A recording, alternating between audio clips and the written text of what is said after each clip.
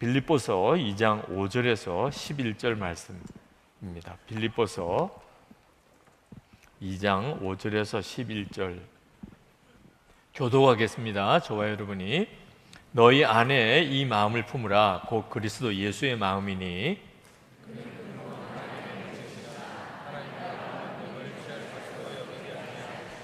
오히려 자기를 비워 종의 형체를 가지사 사람들과 같이 되셨고 이러므로 하나님이 그를 지극히 높여 모든 이름 위에 뛰어난 이름을 주사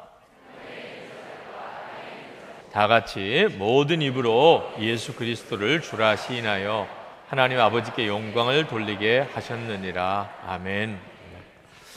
한 번은 연회에서 은퇴하시는 70세에 은퇴하시는 우리 목사님들 위해서 95세가 되신 목사님이 권면의 말씀을 하시는데 마음에 참 특별하게 마음에 와 닿았어요.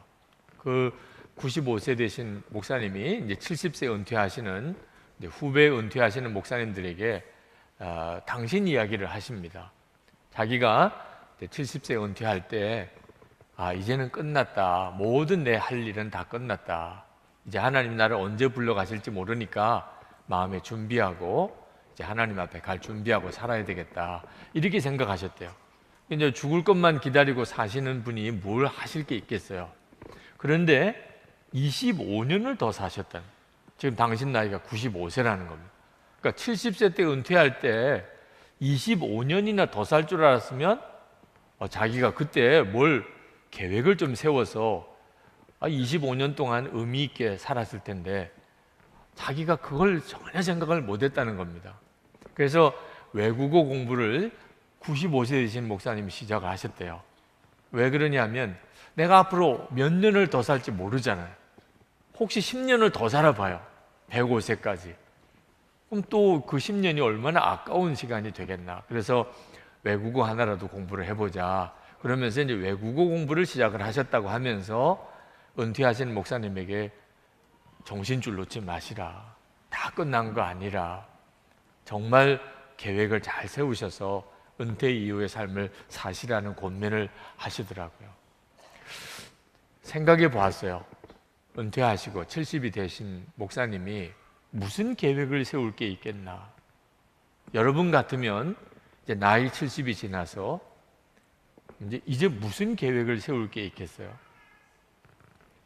그때 하나님이 제 마음에 너무나 선명하게 주신 것, 그렇지, 그건 정말 중요하지. 70이 되었든 80이 되었든 90이 되었든 이건 정말 중요한 거야 라고 이렇게 깨달아지는 것이 하나 있었는데, 그게 뭐냐면 주 예수님, 주님만 붙잡고 사는 것.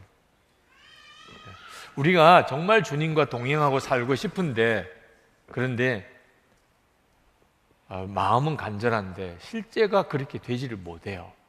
주님의 음성을 듣는 것도 잘 모르겠고, 주님이 내게 뭘 원하시는지도 잘 모르겠고, 순종은 하고 싶어도 주의 뜻을 깨닫는데 너무 미숙해요. 그래서 마음이 안타깝고 간절하기만 하지 실제로 주님과 동행하는 삶을 살지 못하는 사람이 많습니다. 그러니까 주님의 말씀을 듣고 또 주님께 순종하는 일을 우리가 살아가는 삶 자체가 훈련이에요. 지금부터 내 삶은 이제 주님과 동행하는 삶이다. 그거 연습해야 되겠다. 내 나이가 이제 앞으로 30, 40, 이제 50, 60, 70, 80 이렇게 되어도 주님과 동행하는 사람은 항상 그 가운데서 멋있게 살아요. 주변 사람들이 다 정말 부러워할 정도로 본인도 기쁨이 넘치게 주님과 동행함의 열쇠예요. 그런데 문제는 그게 훈련이 안 되니까 그렇게 살고 싶은데 안 되니까 문제인 거죠. 근데 그 되는 건 어떻게 되는 거죠? 지금부터 그렇게 살기 시작하는 거예요. 내가 겪는 모든 일은 다 주님과 동행하는 것을 위한 하나님의 계획인 것입니다. 연습인 것입니다. 그렇게 1년을 살고 3년을 살고 5년을 살았고, 사람이 아무리 미련하고 둔해도 지속적으로 주님과 동행하며 살기를 원하는 사람은 인생이 확 달라지게 됩니다.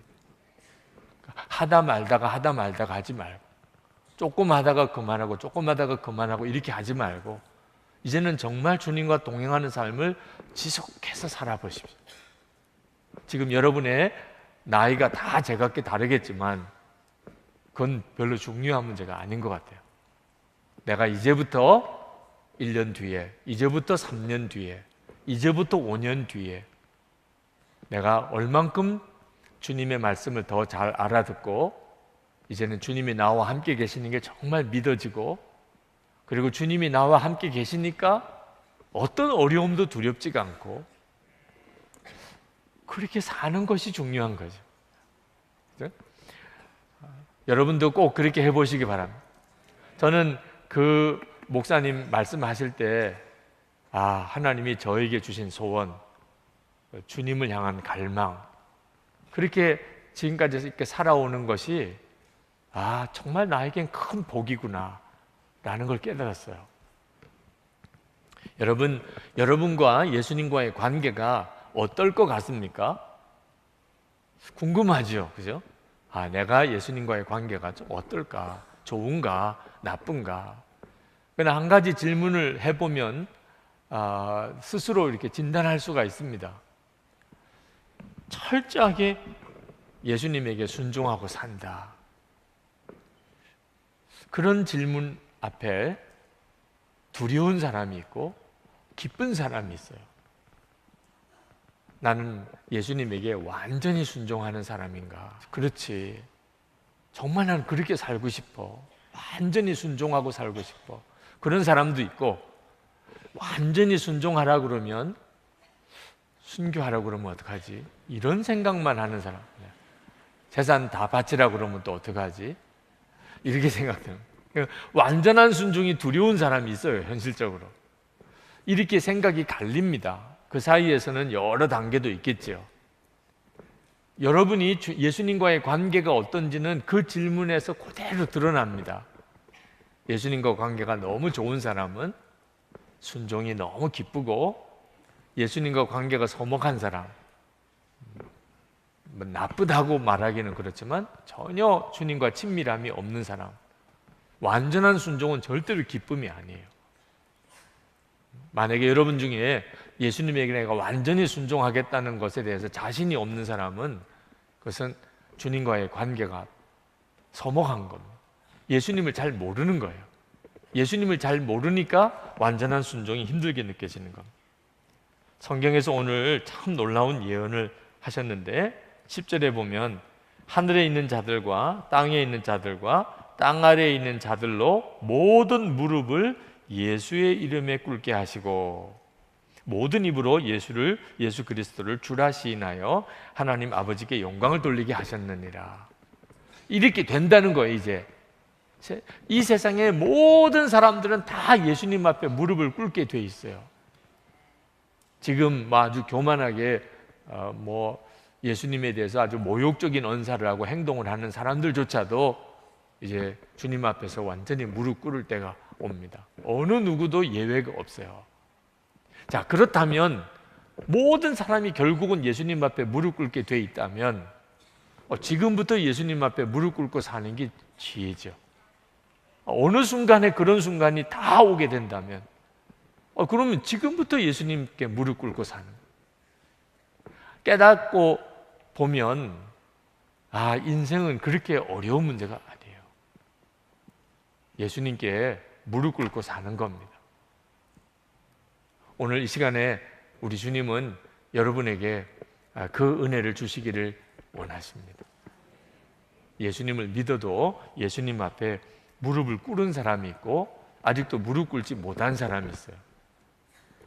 마태복음 2장 3절에 보면 헤롯이 동방박사를 만나는 장면이 나옵니다.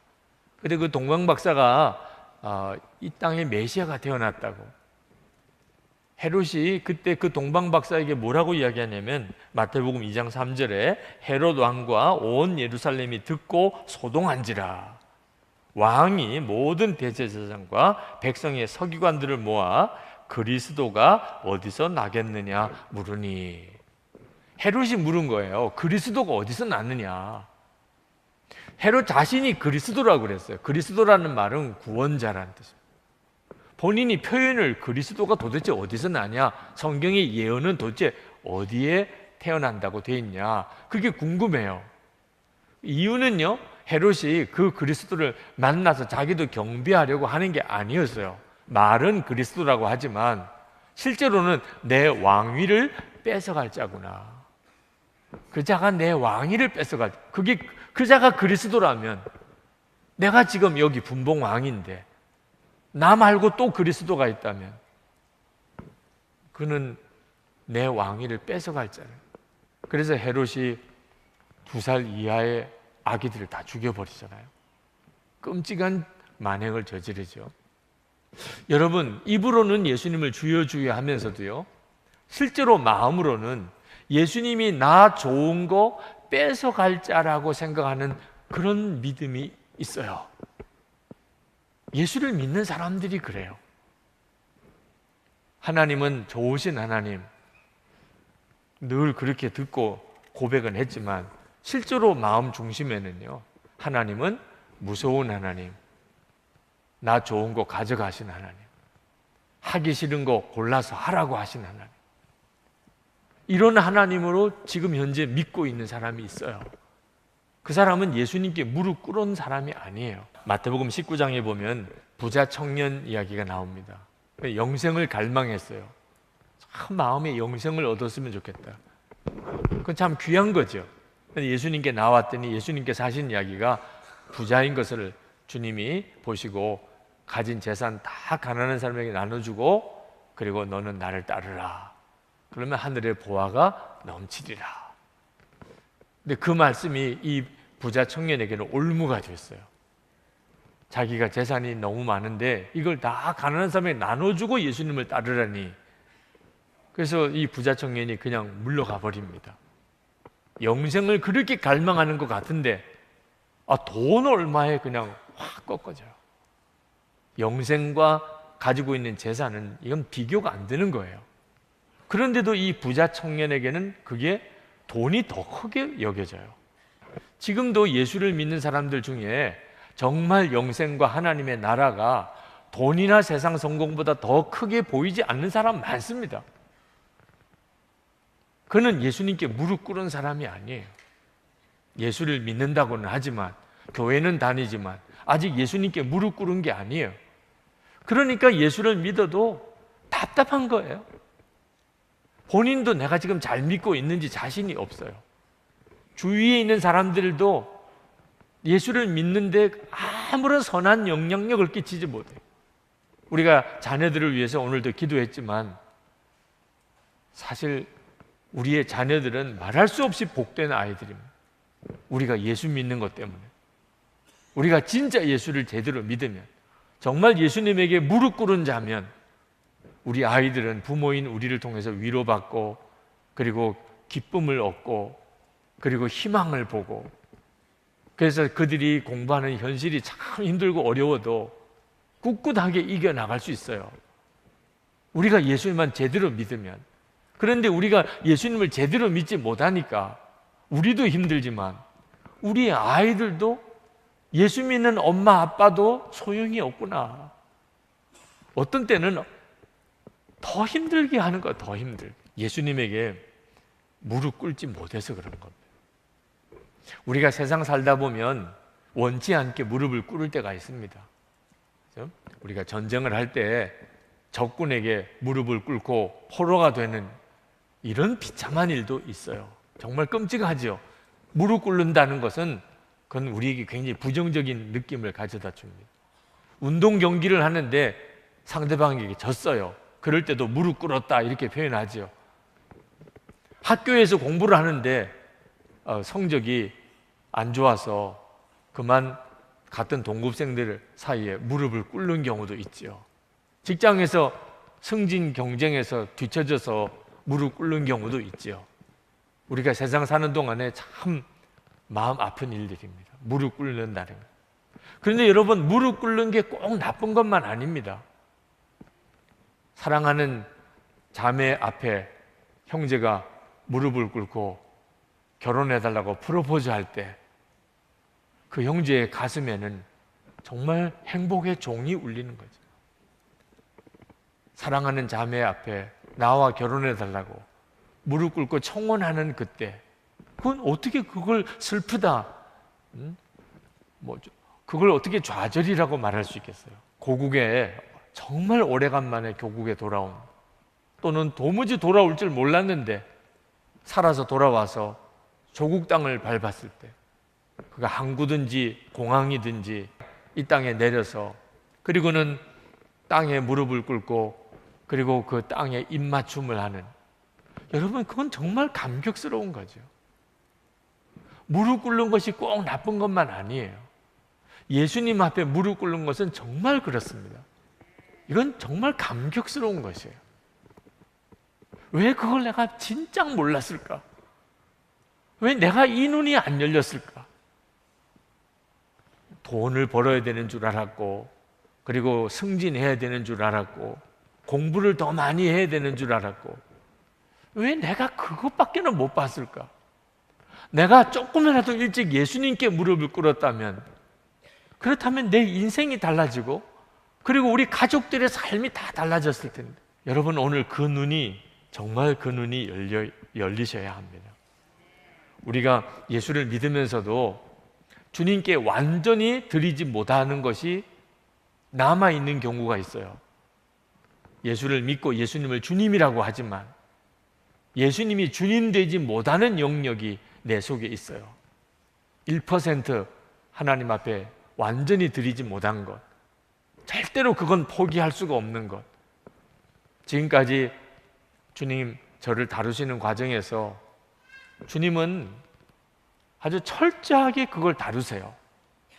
주님 앞에 드리지 못한 거, 아직도 완전히 순종하지 못하는 거, 주님은 그냥 넘어가시지 않습니다. 여러분들 중에도 예수님 한 분이면 정말 충분하고 주님의 말씀이면 무조건 순종한다, 이게 안 되는 어떤 영역이 있다면, 그러면 위로의 말씀을 드립니다. 이제 엄청 고생하실 거예요. 네. 그거 꺾을 때까지 엄청 다룸을 받을 겁니다. 그러니까 지혜로운 사람은 그 부분을 내려놔야 돼요. 아, 내가 아직도 주님 앞에 온전히 무릎 꿇지 못하는 어떤 영역이 있구나. 오늘 이 시간 여러분이, 성령께서 여러분에게 그걸 알게 하시고 그걸 여러분의 주님 앞에 완전히 내어놓으시게 되기 바랍니다. 사도 바울은 이 다 주님 앞에 드렸던 것을 어떤 심정으로 표현했냐면, 빌립보서 3장 7절에서 9절에 보면 다 해로 여기고, 자기에게 유익하던 걸 다 해로 여기고, 해로 여겼다, 뱀이 돌아다니는, 그러면 금방 느낌이 올 거예요. 그죠? 지금 여러분 발 밑에 뱀이 돌아다니면 그럼 앉아 있을 사람 없을 거예요. 다 의자 위에 올라와서 무언가를 해로 여긴다, 배설물처럼 버렸다. 여러분 용변 보시고 배설물 버릴 때 느낌 제가 따로 설명 안 드리겠어요. 그걸 설명을 드려야 될, 이해가 될 수 있는 분은 없을 테니까. 여러분, 이런 느낌이 바로 예수님에게 무릎 꿇은 자예요. 나에게 유익하던 모든 게 이제는 내게 해로 여겨지고 배설물처럼 버려졌어요. 그게 안 되는 영역이 있다면 아직도 예수님은 여러분의 진짜 주님이 아니신 거예요. 그래서 우리 주님은 여러분에게 역사를 못 하시는 거예요. 안 하고 계신 게 아니에요. 그렇게 울부짖고 기도해도 왜 응답을 안 해주시냐? 응답을 안 해주시는 게 아니고 못 하시고 계신 거예요. 내가 주님 앞에 무릎 꿇지 않으니까. 예수님이 어떤 분이신지를 6절부터 8절까지 말씀합니다. 그는 근본 하나님의 본체시나 하나님과 동등됨을 취할 것으로 여기지 아니하시고 오히려 자기를 비워 종의 형체를 가지사 사람들과 같이 되셨고 사람의 모양으로 나타나서 자기를 낮추시고 죽기까지 복종하셨으니 그 십자가에 죽으심이라. 예수님이 어떤 분이죠? 무릎 꿇으신 분이에요. 왜? 우리를 구원하려고. 우리라고 그러니까는 오히려 좀 거리감도 있어 보이네요. 저를 구원하려고, 나를 구원하려고. 예수님이 하나님이신데 본체세요. 하나님과 같은 본체. 그런데 스스로 당신을 사람과 같이 되시고 낮추시고 복종하셨다. 우리가 믿는 주님, 내 주님, 내 생명이신 예수님, 그분이 우리를 위해서 무릎 꿇으신 분이에요. 우리가 그 예수님을 진짜 믿는다면 당연히 우리도 무릎 꿇고 주님 앞에 경배하는 삶을 사는 거죠. 여러분, 우리가 믿는 주님은 위대하신 하나님이에요. 사실 우리가 헛되게 세상에서 무릎 꿇지 않고 예수님에게 무릎 꿇게 되는 것은 정말 복 중의 복입니다. 우리가 무릎 꿇는 대상, 정말 너무나 놀라운 분이에요. 에베소서 1장 19절부터 23절까지 도대체 예수 그리스도가 누구신지에 대해서 말씀하고 있습니다. 그의 힘의 위력으로 역사하심을 따라 믿는 우리에게 베푸신 능력의 지극히 크심이 어떠한 것을 너희로 알게 하시기를 구하노라. 그의 능력이 그리스도 안에서 역사하사 죽은 자들 가운데서 다시 살아나시고 하늘에서 자기의 오른편에 앉히사 모든 통치와 권세와 능력과 주권과 이 세상뿐 아니라 오는 세상에 일컫는 모든 이름 위에 뛰어나게 하시고 또 만물을 그의 발 아래 복종하게 하시고 그를 만물 위에 교회의 머리로 삼으셨느니라. 교회는 그의 몸이니 만물 안에서 만물을 충만하게 하시는 이의 충만함이니라. 할렐루야. 우리는 예수님이 눈에 보이지 않으시니까 이 말씀이 내게 있어서 특별한 실제로 느껴지지 않아서 문제인 거예요. 실제로 우리 눈에 보이는 어떤 존재로 우리가 주님을 바라보면 우린 다 그냥 나와서 주님 앞에 무릎 꿇어요. 이따금 꿈을 꿀 때 주님을 만나 뵙는 때가 있어요. 처음 그 꿈을 꿨을 때, 주님이 저를 이렇게 찾아오시는 꿈을 꿨을 때 지금까지 똑같아요. 꿈속에서 주님을 만날 때 제가 항상 완전히 그 앞에서 엎드려져요. 그냥 저절로 그렇게 돼요. 기꺼이 그렇게 돼요. 많이 주님 얼굴 쳐다볼 사람 한 사람도 없어요. 주님이시구나 이렇게 느껴지면 그냥 그 앞에서 다 무릎 꿇게 돼 있어요. 그냥 완전히 엎드려져요. 그러면서 그렇게 기뻐요. 말할 수 없이 위대하십니다. 우리가 예수님께 무릎을 꿇기 시작하면 비로소 그 주님이 어떤 분이신가가 서서히 우리에게 눈에 열리게 됩니다. 그러면 우리가 정말 계속 주님께 무릎 꿇는 자세로 살게 돼요. 얼마 전에 미국에서 교민 목회를 하시는 아주 유명한 목사님 한 분을 만나 뵀는데 그분은 미국에서 가장 큰 교민교회 담임 목사님으로 청빙을 받아 가셨습니다. 아주 오래전이에요.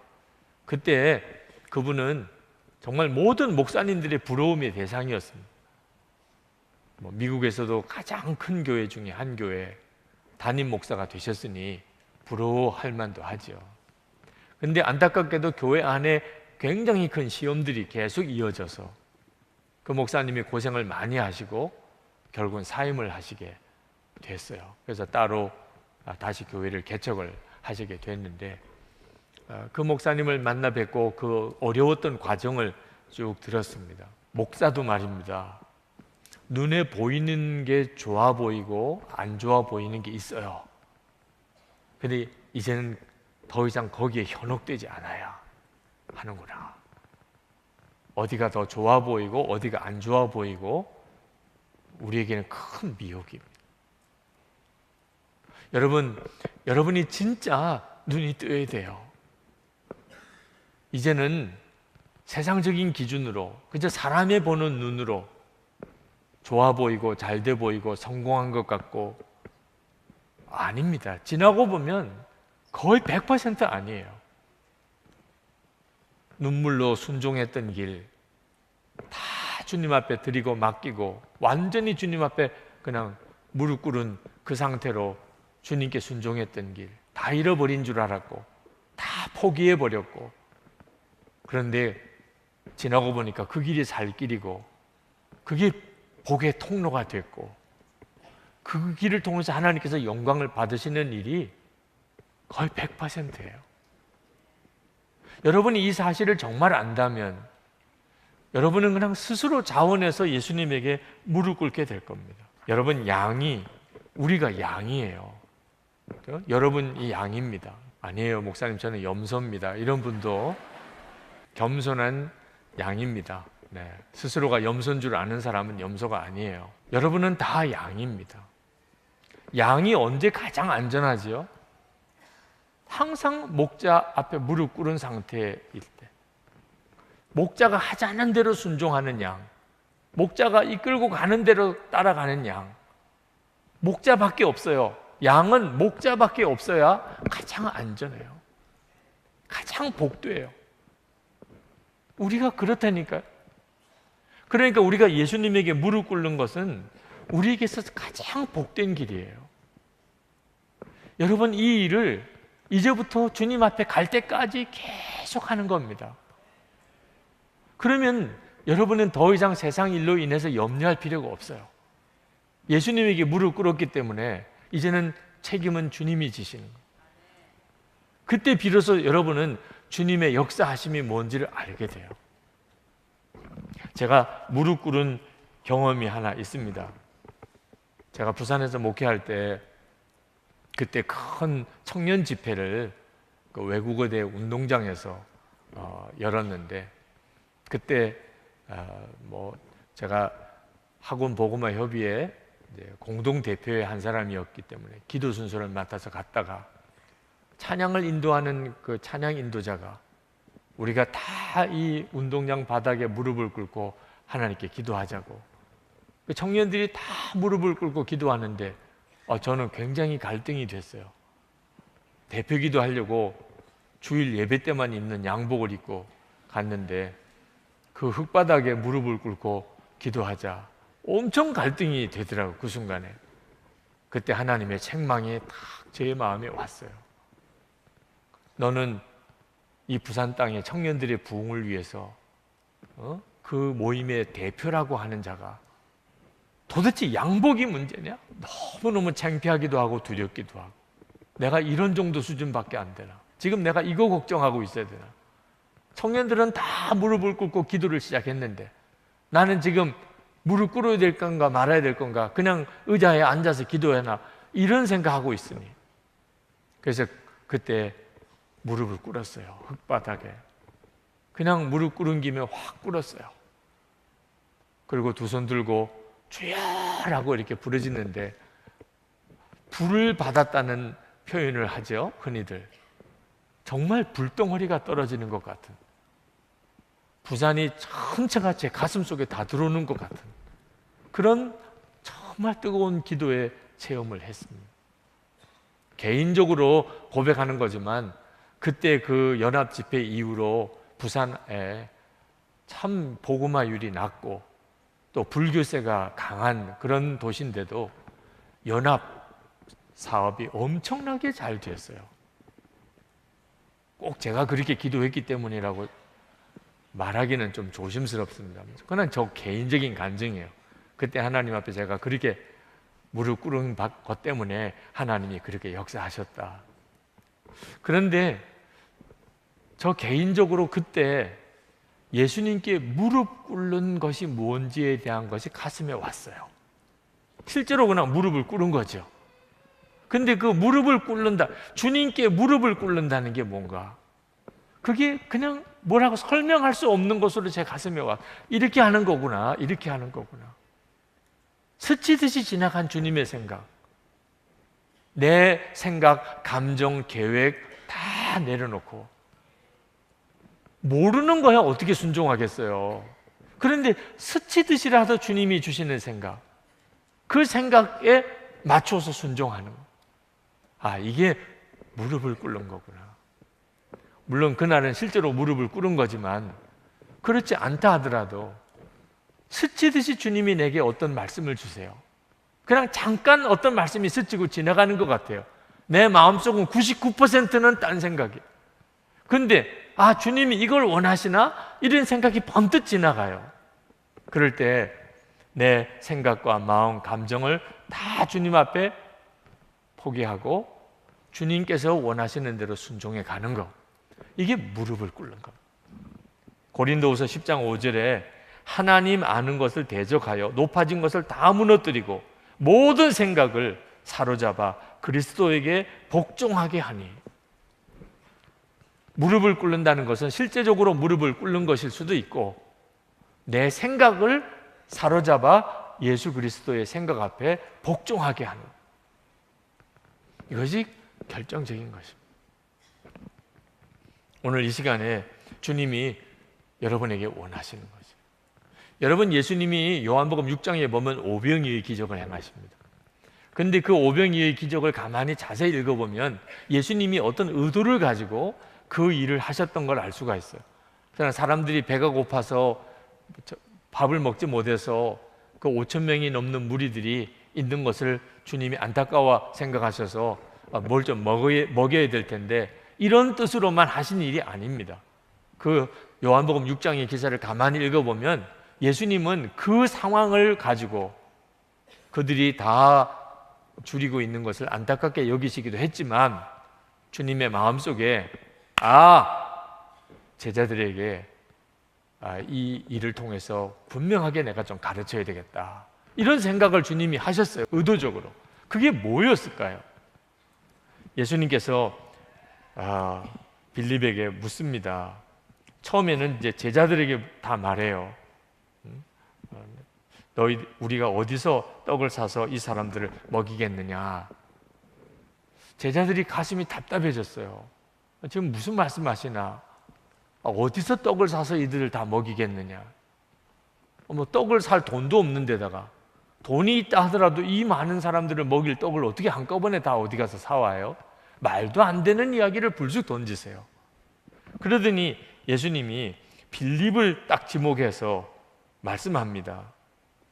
주님이 친히 어떻게 하실 것을 아시고 빌립에게 말씀을 하셨어요. 그러니까 예수님은 어떤 계획을 이미 세우고 계셨어요. 그냥 예수님도 대책 없이 불쑥 제자들에게 말씀을 건넨 게 아닙니다. 빌립을 시험하고자 했다고 그랬어요. 예수님은 그 제자들 중에 유독 빌립을 택했어요. 왜냐하면 똑똑한 사람이었거든요. 빌립이 아주 똑똑한 사람이었거든요. 예수님의 제자 중에서 아주 똑똑한 제자들, 무슨 시험을 본 건 아니지만 복음서를 가만히 읽어보면 똑똑한 사람 세 제자가 구분할 수 있어요. 한 사람이 가룟 유다, 한 사람이 빌립, 한 사람이 도마. 아주 이런 사람들이 똑똑한 제자예요. 그 빌립에게 주님이 물으셨어요. 시험해 보겠다고 그랬어요. 뭐라고 시험하셨냐? 어디서 떡을 사서 이 사람들을 먹이겠느냐? 예수님이 생각하신 그대로 빌립이 대답합니다. 빨리 계산해요. 각 사람에게 조금씩 받게 할지라도 200데나리온의 떡이 부족하리다. 아마 다른 제자들은 다들 빌립 보고 박수 쳤을 거예요. 어떻게 그렇게 빨리 계산했냐? 네, 이 많은 사람들 조금씩 떡을 다 나눠주면 이게 다 떡값이 얼마다. 물론 여러분 중에는 몇천 명씩 다 주방 일도 하고 이렇게 해서 금방 계산이 나오는 분도 계시겠지만, 이건 도무지 특히 남자는 계산이 안 되는 일이거든요. 근데 빌립이 딱 계산했네요. 거의 컴퓨터 수준으로 계산. 200데나리온의 떡 필요합니다. 그러니까 이런 사람들이 똑똑한 사람들이거든요. 그런데 하나님은 이런 사람들을 통해서 일하지 않으세요. 예수님께서 지금 이 오병이의 기적을 통해서 제자들에게 분명하게 경험을 하게 해주려고 하는 일이에요. 빌립은 아주 똑똑해요. 계산도 분명하고. 이 빌립을 드러내십니다. 그런데 또 한 사람이 등장해요. 막 헐레벌떡 도시락 하나 가지고 예수님에게 달려오는 사람이 있습니다. 안드레예요. 안드레. 오병이어 보리떡 5개, 물고기 2마리, 어떤 소년이 이제 먹으려고 엄마가 싸다 준 거 가지고 온 것을 어떻게 전달받아서 그걸 가지고 예수님에게 달려온 안드레가 있습니다. 안드레는 참 지적으로 떨어지는 사람 같아요. 네. 여러분 같으면 어떻게 생각했겠어요? 빌립 같은 사람은 그런 도시락 10개가 있어도 안 가져옵니다. 가져와봐야 뭐해요 그걸. 지금 이 사람이 남자들만 5천 명이 앉아 있어요. 여자들까지 아이들까지 하면 상상이 안 되는 인원이 지금 밥을 먹을 게 없어요. 근데 지금 보리떡 5개와 물고기 2마리 가져와서 어떻게 하자는 거예요. 계산이 되는 사람, 똑똑한 사람은 가져오지도 않아요. 그런데 안드레는 그걸 가지고 헐레벌떡 주님 앞에 달려 나왔잖아요. 그러니까 약간 수준이 떨어지는 사람. 네.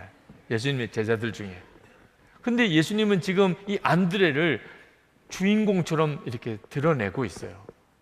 우리는 이미 다 기사를 알고 있기 때문에 안드레가 빌립보다 더 참 좋은 제자처럼 이렇게 느껴지지만, 이런 전이에 없이 그 사건만 놓고 보면 안드레는 함께 하기는 좀 곤란한 사람 같아. 저 사람하고 같이 장사했다가는 다 망치겠어. 계산이 우선 안 되잖아. 무슨 감이 도무지 없잖아. 그죠? 이런 느낌을 주는 사람이거든요. 그런데 이렇게 똑똑하지 않은 사람이 가지는 강점이 있어요. 똑똑한 빌립은 시도도 안 합니다. 이미 계산이 안 되는 거니까. 계산이 안 되면 시도를 안 해요. 그런데 안드레 같은 사람은, 계산이 안 되는 사람은 계산이 전혀 안 되니까 계속 시도를 해요. 오병이어를 가지고 주님께 달려오는 이런 일을 하는 거죠. 그리고 거기서 역사가 일어납니다. 주님이 지금 의도를 가지고 이 일을 하고 있는 거예요. 앞으로 이제 제자들이 하나님의 나라를 위해서 그들이 일할 때 꼭 이와 같은 일이 벌어진다. 제자들이 이제 수도 없이 이런 상황을 만나요. 먹일 무리는 5천 명인데 가지고 있는 떡은 보리떡 5개, 물고기 2마리밖에 없어요. 계산이 안 돼요. 도무지 할 수도 없는 일이에요. 그럴 때 예수를 믿는 사람 중에 빌립 같은 사람이 있고 안드레 같은 사람이 있어요. 똑똑하고 계산도 잘하고 그런 점에 있어서는 뛰어난 사람이죠. 그런데 이 빌립은 전혀 주님이 원하시는 것, 계획하신 것에 대해서는 도무지 마음에 받아들이지 않아요. 근데 안드레 같이 조금 실력은 떨어지고 계산도 잘 안 되고, 그런데 이 안드레는 오직 하나밖에 없어요. 예수님께서 하여튼 이 무리들을 먹이려고 하신다. 어떻게 할지는 안드레도 잘 모르겠어요. 안드레도 아주 생각이 없는 사람은 아닙니다. 요한복음 6장 9절에 보면 여기 한 아이가 있어 보리떡 5개와 물고기 2마리를 가지고 있나이다. 그러나 이것이 이 많은 사람에게 얼마나 되겠사옵나이까. 그러면 가져오지를 말든지. 그런데 안드레는 가지고 와요. 가지고는 왔는데 이것 가지고는 먹일 수 없다는 걸 안드레도 계산이 되죠. 주님은 이렇게 하라는 거예요. 앞으로 정말 계산 안 되는 일이 많다. 너희들의 생각, 판단, 감정 다 있겠지만 이제부터 너희들이 정신 차려야 한다. 너희들의 생각과 감정, 계산에 매이면 아무것도 안 일어난다. 주님은 아무것도 못 하신다. 안드레처럼 계산도 안 되고 도무지 이루어질 것 같지도 않지만 주님이 하고 싶어 하시는 일이 이 5천 명을 먹이시려고 하는, 주님이 보니까 이 5천 명을 먹이시려고 하는, 먹이지 않고 다 돌려보내겠다고 하시면 벌써 말이 달라지실 텐데, 예수님은 무슨 길이 있는지 모르지만 먹이시고 싶어 하시는. 그러면 오병이어라도 가지고 가지. 어떤 일이 벌어질지는 몰라도. 이게 바로 예수님께 완전히 무릎 꿇은 사람. 내 생각도 있고 내 판단도 있고 내 감정도 있지만 다 꺾어버리고, 그리고 주님 하십시오 이렇게. 예수님께서 분명히 우리 안에 오셨는데도 계속 문을 두드리고 계신다고 그러셨어요. 우리는 예수님을 영접했는데, 요한계시록 3장 20절에 보면 주님은 계속 문을 두드린다고 그래요. 영접했는데 왜 또 문을 두드리세요? 우리가 무릎 꿇기를, 마음을 열었다는 말이 그런 뜻입니다. 예수님을 내가 진짜 이제 내 주님으로 영접한, 예수님을 내 주님으로 영접했다는 말은 내 생각, 감정, 계획 다 무릎 꿇었다. 그런데 그게 안 되고 있는 거예요. 그러니까 우리 주님은 계속 문을 두드리고 있는 거예요. 오늘 이 시간 여러분들이 주님, 저는 이제부터 예수님께 완전히 무릎 꿇고 삽니다. 주님이 스치듯이라도 말씀을 주시면, 이게 주님의 생각인가? 이런 생각 떠오르면 저는 제 생각, 판단, 계획, 계산 다 내려놓겠습니다. 그냥 순종해 보겠습니다. 예수님께 무릎 꿇은 사람. 저는 요즘에 도와달라는 요청을 굉장히 많이 받습니다.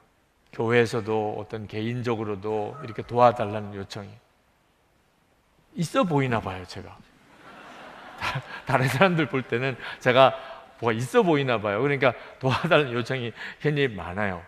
여러분, 이렇게 도와달라는 요청을 많이 받는 것도 굉장한 스트레스입니다. 물론 뭐 제가 가족이 많으면 다 도와주고 싶어요. 그렇죠? 뭐 요청하는 거 이상으로 다 도와주고 싶은 마음이 있지만 그게 현실적으로 그렇지 못하잖아요. 그러다 보니까 마음에 도와달라는 요청에 대해서 불편하고 싫은 마음이 자꾸 일어납니다. 왜 자꾸 그러지? 왜 또 도와달라고 그러나? 이런 생각도 들기도 하고. 근데 그때 주님이 주시는 책망이 있어요. 제 마음속에 누군가를 이렇게 도와줘야 되는 것을 부담스럽게 여기는, 나도 힘든데, 우리 교회도 힘든데, 이런 생각이 들 때 주님이 기뻐하는 마음이 아니라. 잠언 11장 25절에 구제를 좋아하는 자는 풍족하여질 것이요 남을 윤택하게 하는 자는 자기도 윤택하여지리라. 분명히 말씀이 그렇게 나와 있잖아요. 구제를 좋아하는 사람. 그런데 구제를 좋아하기가 사람의 본성으로는 전혀 안 맞습니다. 구제를 좋아하는 사람 한번 손 들어 보세요. 너무 좋아. 나는 구제가 도와달라는 사람이 너무 반가워. 오늘 또 만났어. 한 달 내내 만나네. 하나님 어째 나는 이게 복을 받았나요? 이런 사람은 거의 없어요. 우리도 교양이 있어서 우리도 할 수 있는 데까지 도와요. 그죠? 그런데 도와달라고 또 오면 부담이 돼요. 막 짜증이 돼요. 그게 사람의 본성이에요. 근데 우리가 이제 이런 상황이 올 때 주님이 뭘 원하시나? 내가 어떤 생각을 해야 주님이 기뻐하시나? 주님은 구제를 좋아하는 것을 주님이 기뻐하시는구나. 그러면 주님 앞에 무릎 꿇어야지. 없는 것을 도울 수는 없잖아요. 그죠? 없는 것 가지고는 뭘 어떻게 도와요? 내가 할 수 있는 것까지는 기쁨으로 돕는 거예요. 주님, 이거라도 도울 수 있어서 감사합니다. 반드시 간증이 있어요. 제가 지금까지 수많은 사람들 이렇게 간증을 들어봤는데 결국 사람을 돕는 자가 하나님으로부터 도움을 받아요. 가족 중에, 친척 중에도, 또 친구 중에도. 물론 조심해야 할 것은요, 남을 돕는 것 때문에 빚을 져가면서 돕는, 그 경우는 온 가족들의 동의가 필요해요. 부부 사이에도 동의가 필요하고 자식들의 문제기도 하니까. 나는 그냥 퍼주는 것만 생각하지 그 감당은 다 가족들이 다 해야 된다면 그건 정말 조심할 일이죠. 내가 가지고 있고 내가 할 수 있는 것 가지고 기쁨으로 돕는 거예요. 세상은 끊임없이 우리에게 무릎 꿇으라고 요구합니다. TV도 우리에게 말해요. 무릎 꿇어. 재밌는 거 보여줄게. 맛있는 거 보여줄게. 그래서 우리가 무릎 꿇고 텔레비 보는 거 아십니까? 완전히 텔레비가 주님이에요. 나를 기쁘게 해주세요. 요즘에 살맛이 없어요. 밥맛도 없어요. 나를 조금 기쁘게 해주세요. 텔레비에다가 목을 매요. 돈에 무릎 꿇는 사람 많습니다. 예수를 믿고도. 요구하니까 무릎 꿇어. 그러면 내가 줄게. 풍족하게 살도록 해줄게. 마귀가 그렇게 했습니다. 마태복음 4장 8절 9절에 예수님에게 그렇게 하세요. 마귀가 또 그를 데리고 지극히 높은 산으로 가서 천하만국과 그 영광을 보여 이르되 만일 내게 엎드려 경배하면 이 모든 것을 내게 주리라. 우리는요, 예수님에게만 무릎 꿇는 요청을 받고 있는 게 아닙니다. 세상에 무릎 꿇을 거냐, 마귀 앞에 무릎 꿇을 거냐, 아니면 예수님에게 무릎 꿇을 거냐, 둘 중에 하나예요. 그러니까 예수님에게 무릎 꿇는다 안 꿇는다는 것은 전혀 다른 차원에서 눈이 열려야 돼요. 내가 예수님에게 무릎 꿇지 않으면 마귀에게 무릎 꿇고 있는 거예요. 어떻게 그 인생이 잘 될 수 있겠어요? 그래서 우리가 예수를 믿어도 나는 죽고 예수로 사는 믿음이 분명해야 됩니다. 그러면 예수님께 무릎 꿇고 사는 일은 그냥 자연히 돼요. 나는 죽었습니다. 이 고백이 분명히 되면. 어느 사모님이 사위가 운전하는 차를 뒤에 앉아서 이렇게 가시는데 그 사위 되는 분이 그러더래요. 어머님, 저 죽었습니다. 사모님이 너무 기쁘더래. 사위가 죽었다는데 장모가 내가 이렇게 기뻐서 되나? 이렇게 스스로가 너무 당황스러울 정도로 그 고백이, 야, 이제는 진짜 내 사위가 살 길을 찾았구나. 나는 죽었습니다. 어머님, 저 이제 죽었습니다. 이런 고백을 딱 듣는 순간에, 아, 우리 사위가 이제 진짜 예수를 믿게 됐구나. 이제는 정말 하나님이 인도하는 길을 가겠구나. 내가 죽었다는 고백을 하는 것을 보고. 여러분, 이것이 사는 길이에요. 내 생각과 판단, 이제는 그것 가지고는 내 인생 앞길을 살아나갈 수 없어요. 제가 주님을 인격적으로 처음 만났던 회심의 날, 그때 다리가 정말 장애인이 될 그런 처지에 있었습니다만 십자가의 보혈, 속죄의 은혜를 깨닫고 그게 나를 위한 것인 줄 알게 됐고, 내가 그런 용서가 필요한 죄인이라는 것을 이제 깨닫고, 그리고는 확 바뀌어버렸어요. 그리고 나도 모르게 나온 기도가 이 다리를 하나님께 바치겠다, 장애인으로 살겠다. 그게 뭐 조금 더 마음에 거리낌도 없고, 그것 때문에 막 슬픈 생각도 아니고, 이 길이 살 길이지, 이 길만 살 길이지, 그렇게 느껴지더라고. 이 길만 살 길이야. 이게 가장 복된 길이야. 다리 절면 어때? 주님만 나와 함께 계시고 내가 이 십자가 붙잡고 살면 되지. 그렇게 고백이 되더라니까. 저에게 있어서는 그날이 무릎 꿇은 거예요. 그리고 제 삶은 그날로 완전히 바뀌어졌어요. 그래서 지금까지 온 겁니다. 오늘 이 시간도 여러분이 살 길은 예수님께 무릎이 꿇어지면 그 다음 걱정하지 마세요. 여러분의 생각과 판단 다 주님 앞에 내려놓아지면 이제는 주님이 주시는 생각이 내 생각이고, 주님의 마음이 내 마음이고, 예수님의 마음을 품으라 그랬으니 저 그렇게 살겠습니다. 여러분이 그렇게 분명히 결단되어지면, 그러면 이제 주님이 여러분을 정확하게 말씀하시고 인도하시고 여러분의 문제를 주님이 풀어가시게 됩니다. 그리고 그것은 한 번 결심하고 되는 일이 아니고 이제 계속해서 주님께 무릎 꿇는 삶을 살아가는 거예요. 그렇게 살아본 지 1년이 된 사람, 그렇게 살아본 지 3년이 되는 사람, 저는 영성일기 쓸 때마다 꼭 그렇게 붙입니다. 예나왕 1708, 오늘이면 04. 내가 예수님이 나의 왕이라고 분명하게 결단한 날로부터 시작해서 며칠째다, 그렇게 붙여요. 여러분도 이제부터 내가 정말 예수님이 나의 왕 되셨다, 나는 예수님에게 이제 완전히 무릎 꿇고 산다, 내 생각, 내 감정 십자가에 완전히 못 박았다, 그렇게 살기 시작한 지 한 달 됐다, 그렇게 살기 시작한 지 1년 됐다, 그렇게 살기 시작한 지 5년이 지났다. 그 여러분의 삶의 간증이 되기를 축복합니다.